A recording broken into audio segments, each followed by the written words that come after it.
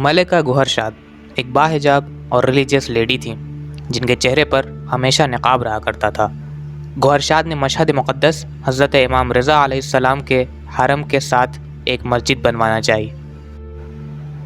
اس کے لیے تمام مزدوروں اور معماروں سے گوہرشاد نے کہا کہ میں تم سب کو دگنی مزدوری دوں گی، بشرطے کہ تم باوضو کام کرو اور کام کے دوران ایک دوسرے سے جھگڑا اور بدزبانی نہ کرو، ایک دوسرے کا احترام کرو، اخلاق اسلامی کی رعایت کرو اور ذکر خدا کرو۔ گوہرشاد نے مسجد کی تعمیر کے لیے سامان لانے والے افراد کو اس کے علاوہ ایک دوسرا حکم بھی دیا کہ جن حیوانات کو مسجد کی تعمیر کا سامان لانے کے لیے کام میں لیا جائے ان کے لیے راستے میں چارہ اور پانی رکھا جائے تاکہ وہ جہاں بھی بھوکے اور پیاسے ہو جائیں چارہ اور پانی کھا پی لیں۔ ان کو مارنا نہیں، ان پر بہت زیادہ بوجھ نہ لادنا اور ان کو ستانا نہیں۔ میں تمہاری مزدوری دگنی دوں گی۔ گوہرشاد مزدوروں کا کام چیک کرنے کے لیے روزانہ مسجد جایا کرتی تھی۔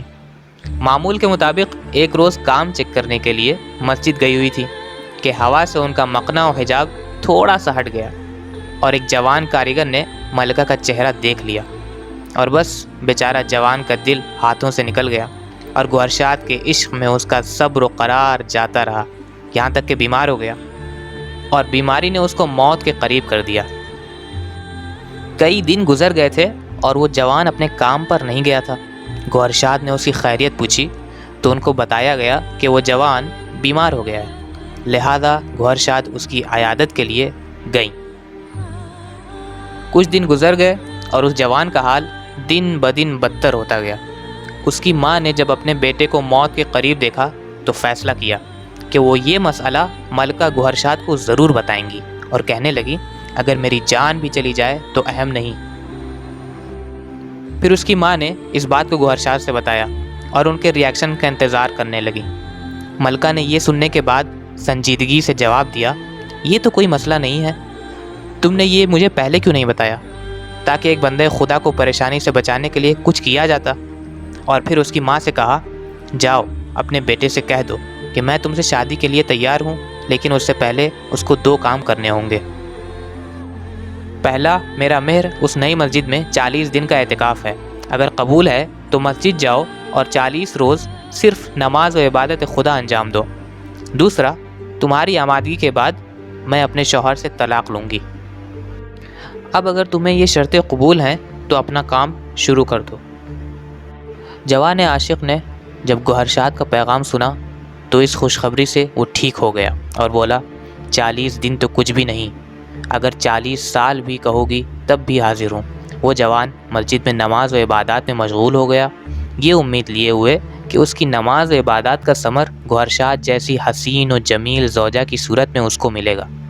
40ویں دن گوہرشاد نے ایک قاصد جوان کی خیریت کے لیے بھیجا تاکہ اگر وہ آمادہ ہے تو وہ خود بھی طلاق کے لیے تیار رہے۔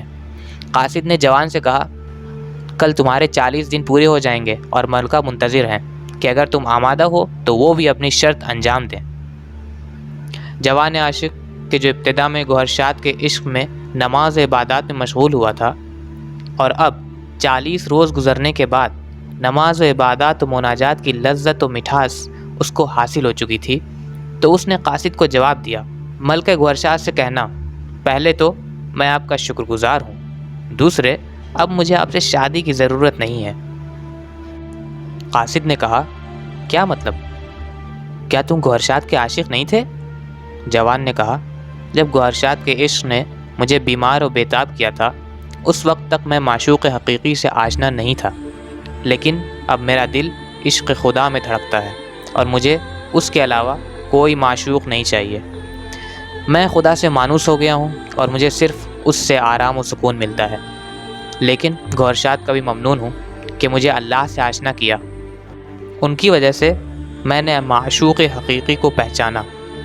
اور پھر وہ جوان مسجد گوہرشاد کا پہلا پیش نماز مقرر ہوا اور آہستہ آہستہ مطالعات اور اپنے درس کو جاری رکھا اور ایک فقیہ کامل بن گیا، اور وہ فقیہ آیت اللہ شیخ محمد صادق ہمدانی تھے۔